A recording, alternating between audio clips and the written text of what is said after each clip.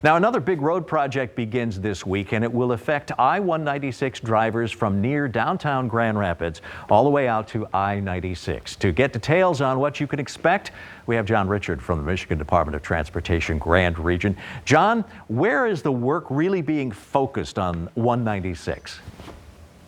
Well, this is the big project for the year. So, of course, in 2010, we did the fix on 196 from the Grand River to Maryland. And then last year was the big flip project at the East Beltline. So this ties everything together with a full reconstruction on eastbound and westbound 196 between Fuller and Maryland. And we're adding a lane in both directions, too. So this would be a nice, great new addition. And we'll finally get this stretch done, then we can focus on other parts of the system. Now, last hour, we talked to you about that bridge project in downtown Grand Rapids, which has closed the freeway and requires a detour. Are there any detours involved in this stretch of highway construction?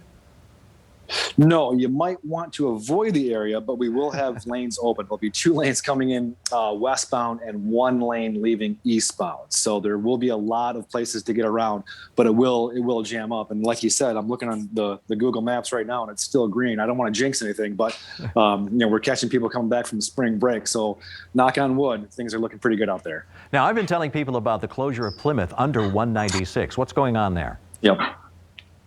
Yeah, we're replacing both the eastbound and westbound bridges of 196 over Plymouth Avenue. So that's an old bridge from the 60s, and it's time to be rebuilt. So that's been closed for a good month now. Plymouth, that is, has been closed. But again, we will have 196 remain open with 2 lanes westbound and 1 lane leaving eastbound. And how long does this whole project take? This will go through mid-November, weather pending. So hopefully the weather cooperates and we'll get done before mid-November. But yeah, this will be a 1-season completion. Now, you told me off the air, there's a wrinkle on this in that the lane closure with 2 lanes going westbound only goes from like 96 to Fuller, and then no construction past that. But there's going to be lane closure on eastbound, but it starts way earlier, doesn't it?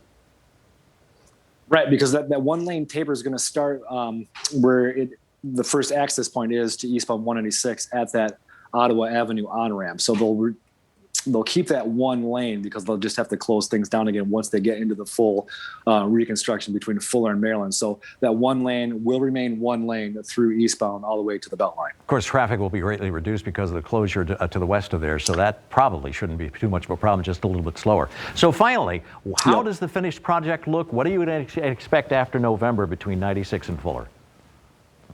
Well, we'll have 3 lanes eastbound, 3 lanes westbound, 196, and of course the new ramp configuration at East Beltline Avenues to avoid that crisscross from eastbound 96 and eastbound 196 traffic. So things are shaping up, and then we've got work coming up next year at the M21 96 interchange. We're going to add ramps to that interchange as well, so that's another big project, but we don't have to worry about that until next year.